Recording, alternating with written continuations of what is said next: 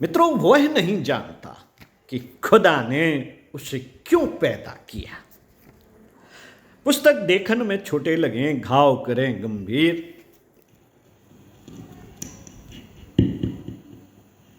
लेखक श्री राम शर्मा आचार्य, भाग 3। आइए सुनते हैं। मुगलिया सल्तनत के समय सुल्तान महमूद का दरबार कवियों और कलाकारों के लिए अच्छा शरण स्थल बना हुआ था। उन दिनों प्रायः प्रत्येक राजा महाराजा अपने दरबार में कवि रखा करते थे, जो उनके शौर्य, पराक्रम और उदारता की मनगढ़ंत कहानियां गढ़कर गीत बनाकर गाया करते।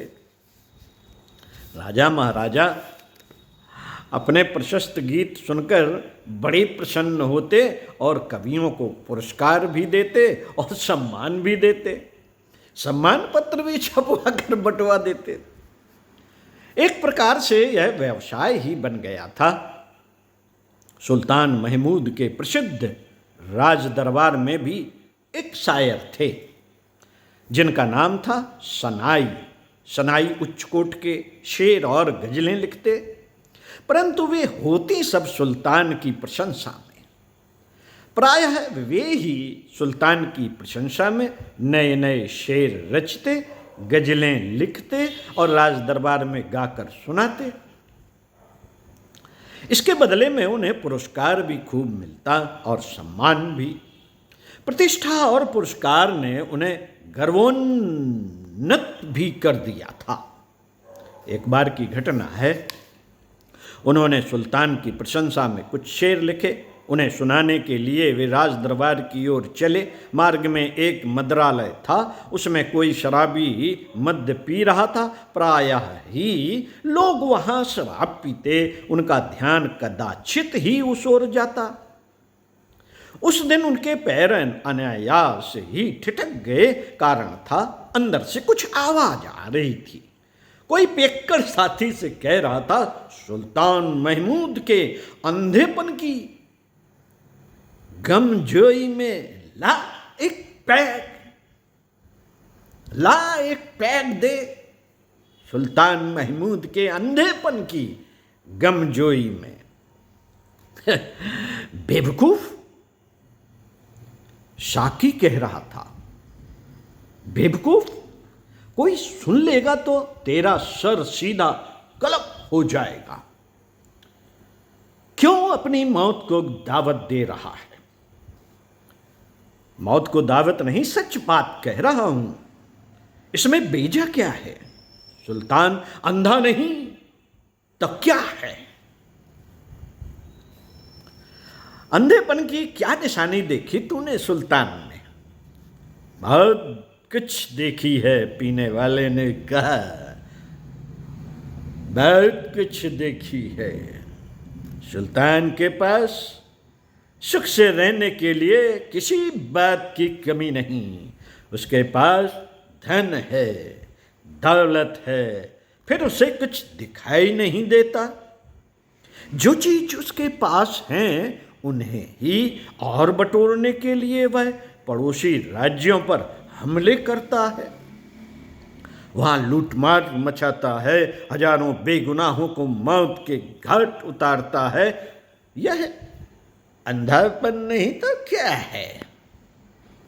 इतना सुनकर साकी ने पीने वाले के पैमाने में शराब उड़ेली। सनाई वहीं खड़े रहे, कुछ विचारने लगे। अंदर से फिर वही आवाज आई, ला एक और जाम दे। सनाई की बेवकूफी पर अभी राजा के लिए था और उसने लेखक बोला सनाई की बेवकूफी पर।